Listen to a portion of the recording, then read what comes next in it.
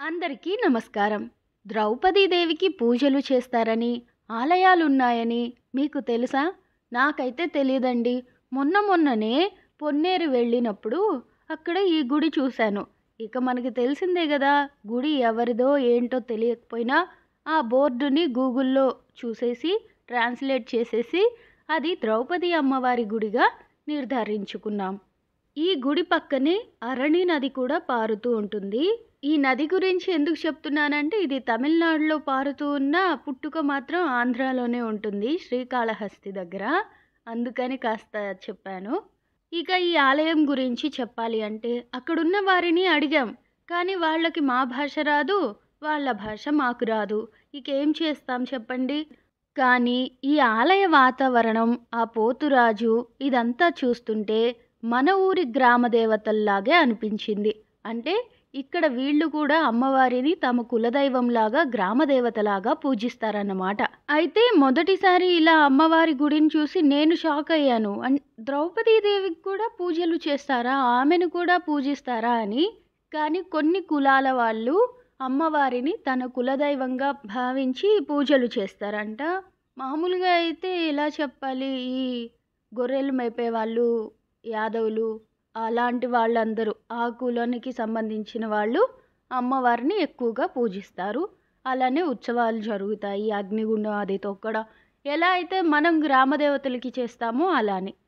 ఆ తర్వాత ఇంకా ఈ అమ్మవారి గురించి ఏమైనా తెలుస్తుందేమో అని గూగుల్ చేసి చూసినప్పుడు ద్రౌపదీదేవికి పూజలు నెల్లూరు గుడిలో కూడా చేస్తారంట. చాలా ఫేమస్ అంట. అలానే ఆంధ్రాలో అయితే ముఖ్యంగా నెల్లూరు, గూడూరు, తిరుపతి, శ్రీకాళహస్తి ఈ ఏరియాల్లో అంతా కూడా అమ్మవారికి ఖచ్చితంగా ఈ చిన్న ఆలయాలైనా లేదా పూజలైనా జరుగుతాయట. నేను శ్రీకాళహస్తిలో ధర్మరాజు వాళ్ళ గుడి చూశాను. అది వీడియో రికార్డ్ చేసుకోలేదు కానీ ధర్మరాజుకి శ్రీకాళహస్తిలో ఒక గుడి ఉంది.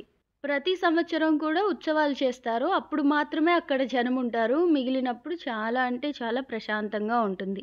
ఇంకా చెప్పాలి అంటే మన ఆంధ్రాతో పాటు తమిళనాడు, కర్ణాటకలో కూడా ద్రౌపది అమ్మకి పూజలు చేస్తారు. ఆలయాలున్నాయి. అలా తమిళనాడులో పాండిచ్చేరి, అలానే కర్ణాటకలో బెంగుళూరులో కూడా పెద్ద ఆలయాలు ఉన్నాయి. అవి చాలా ఫేమస్ అంట. ఎక్కడెక్కడి నుంచో కూడా ప్రజలు దర్శించుకుని వెళ్తారట.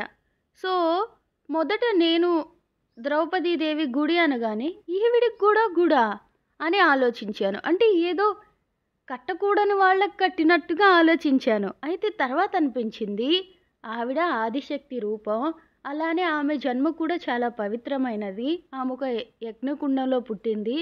ఇలాంటి ఆమెకి ఎందుకు పూజలు చేయకూడదు? ఆమె మాత్రం ఎందుకు తక్కువ? అయితే ఆమెని తక్కువగా చూడ్డానికి అలా ఆలోచించడానికి గల కారణం ఏంటంటే ద్రౌపదీదేవి 5 మందిని పెళ్లి చేసుకుంది కాబట్టి ఎందుకో మన మనసులో అదొక ఏదో లోటుగా, పొరపాటుగా అలా ఫిక్స్ అయిపోయినట్టున్నాం. అందుకనే ఆమెని గొప్పగా రిసీవ్ చేసుకోలేకపోతున్నామేమో. ఇది నా ఆలోచన. అలానే ఈ ద్రౌపదీదేవిని కొలిచిన వారికి మంచి సంతానం కలుగుతారంట. సంతానం లేని వారికి కూడా సంతానం కలుగుతారట. మరి ద్రౌపది అమ్మని పూజించడం గురించి మీ అభిప్రాయం ఏంటో చెప్తారా?